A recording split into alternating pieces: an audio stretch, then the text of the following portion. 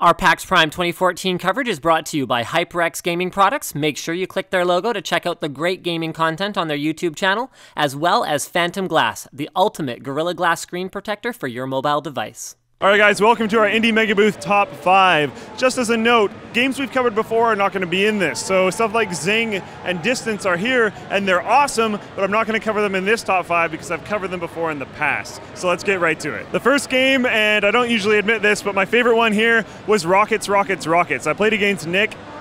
Crazy game. It's all about shooting insane amount of rockets. You're this little spaceship thing and you got to fly around. And it's all directional with a thumbstick. You pick where you fly, and it's thruster-based movement. So if you push your thumbstick in one direction, it's going to try to throw you in that direction. So you're going to have momentum, and you're going to fly all over the place. It's tons of fun. And you're shooting an insane amount of rockets at each other. It's all about timing your shields. So you have to pop your shield on, which doesn't last forever, and try to block either the rocket or use your timed shield to smash into the other dude while he doesn't have a shield on. And you have to try to mix that all together, and it's very fun because it's really, really, really fast-paced. It's on Steam right now for early access. They're rolling out big updates every month. I believe it's about $5 right now. Not all the features are in there, obviously, because it's early access, which I know not a ton of us are actually fans of, but it will be releasing, I believe, sometime in Q1 or Q2 of 2015 if you're interested in it. It'll be up 1 to 4 players. There's going to have solo modes, you're going to have online multiplayer. A lot of the stuff, again, isn't in the game yet, but tons of it will be there, so I would highly suggest checking it out. I know I'm going to. It was a lot of fun. Secondly, in no particular order, there's Assault Android Cactus, which is a super fun bullet hell with a, in my opinion, not that fantastic name, but you'll remember it, so I guess they got that job done. It's a bullet hell where you can play 1 to 4 players. With 4 players, it's more of kind of like a party mode with an insane amount of enemies, and with 1 player, it's more tactical and precise, and you have to be very careful. It's interesting, tons of different levels, boss modes, all that kind of stuff, and I'm pretty sure they're going to have online multiplayer later. I believe it's in early access right now, so I believe you can check it out on Steam. So yeah, if you're into bullet hells, maybe check that out.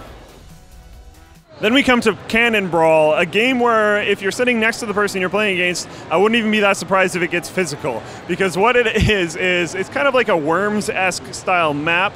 You have your main base, and you kind of have to build cannons and shields and other kind of structures to fight with the other guy, and whoever destroys the other person's base first wins.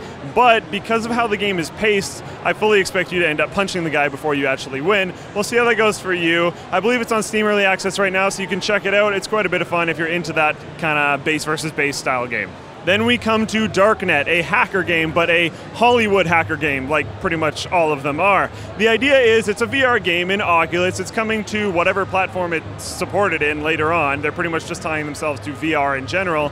And it's a puzzle game. You get different things like worms and viruses and all that kind of stuff. You have to go through and take over nodes. You get money from taking over the nodes, and you can buy more viruses and whatnot. It's a fairly standard puzzle game, but it is in kind of like a hacker environment. So if you're into that kind of scene, maybe you'd like it. Check it out on Steam. I believe it's in early access. Not now, but he said soon. So whenever that is. And last but not least is Super Meat Boy Forever. This isn't necessarily a new idea, as it's Super Meat Boy, but the idea behind it is that you pick kind of a difficulty or a zone, and then it just randomly generates the levels for you. That's why it's called Forever. You could potentially play this game forever, and I expect quite a few of my friends to pretty much do that. I have quite a few people that I know that love Super Meat Boy, including Linus, so I'm sure he'll be excited to hear about this, as I've been watching their randomly generated content, and it all seems quite quality, so I'm excited to check this game out as well.